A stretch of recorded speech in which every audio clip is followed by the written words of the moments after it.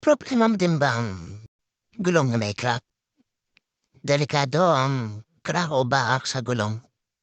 Baka kasi sa mismong daan ka pa abutan ng pagsira niyan o pagputok dahil sa init. Huwag ka mag-alala.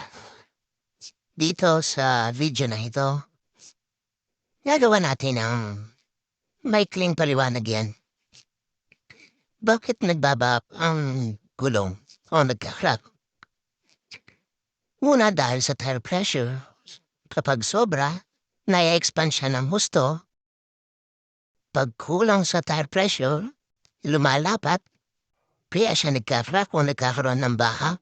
Pangalawa, sa sobrang init, sa liwanag ng araw, ng pagkakabilat. Pangatlo, pag nilalagyan mo siya ng oil base na time lock, isa din ito sa mga nagkakos kung bakit siya nagbaba. Paano maiiwasan ang pagbaba?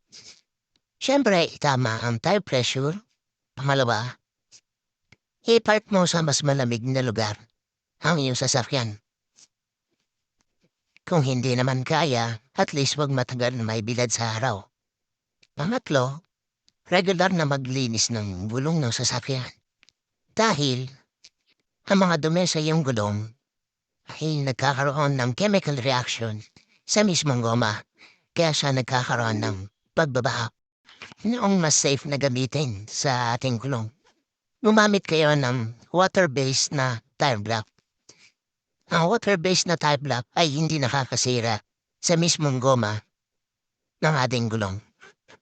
Pwede din kayong gumamit ng nitrogen gas. Mas malamig ito, mas matagal magbawas sa hangin, at mas safe sa long ride. Yun nga lang, may kamahalan ang pagpapalagay ng nitrogen. Share mo na din, baka kailangan ng tropa mo.